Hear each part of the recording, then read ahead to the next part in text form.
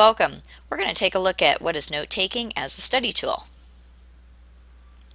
So what note-taking is, it's a series of steps that students will take where they write down the details and important facts about what they're learning as they're reading, watching things, listening, and observing. It's used as a study tool in all classes. So when should you take notes? So every time that you're reading something for class, listening to a lecture, watching a video, observing a presentation or maybe an experiment, or anytime that you're being introduced to new class materials. Those are all great times to take notes. So then what do you do with those notes?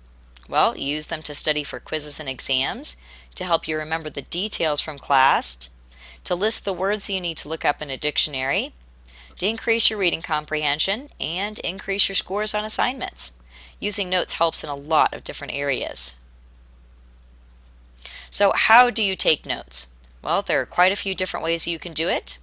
You can grab a pen and a notebook and write down information as you're going through. So you'd write down things like key facts, anything that's repeated, questions that you have as you're reading through your material, vocabulary words, information about any kind of upcoming assignments or projects, keys that your teacher or the lecturer may be giving you, or anything that your lecturer says is important.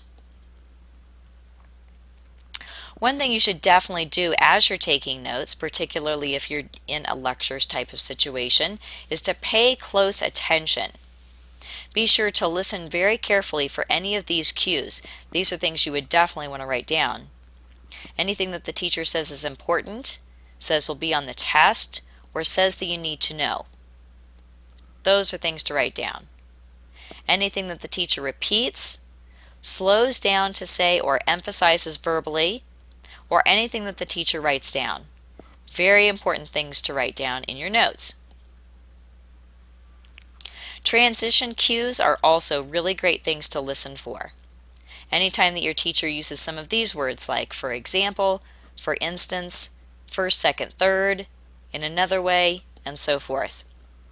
These can indicate to you that you're about to get a list or some particular details or some support or statistics. That would be specific information that you'll need to know later on. Do your notes have to be neat and tidy? Well, they definitely should be organized and they definitely should be readable. If they aren't organized and readable, then they're absolutely useless, so you don't need that. Make sure that you are using information that is organized in a way that makes sense to you and that you will be able to understand later on. You don't have to use perfect spelling, punctuation, that sort of thing, because typically your notes are only read by you. Are your notes graded? Sometimes, and sometimes not. Sometimes teachers will ask for your notes, sometimes they will grade your notes, other times they will not. Generally, though, it is an expectation of high school and college students to use notes at all times. What kind of note-taking equipment do you need to have to be able to do this activity?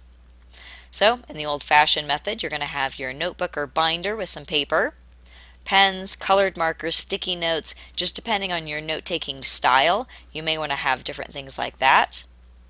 If you're using some kind of technology, you may use a laptop, a netbook, iPad, an audio recorder.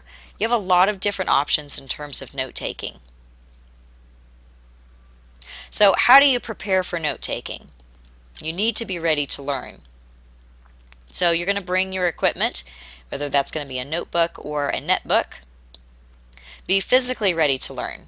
So make sure that you're well fed and well rested. Be ready to take in new information. Be mentally ready to learn. So turn off everything else that's going on in your life. The radio, the TV, people talking, that sort of thing. Turn those things off.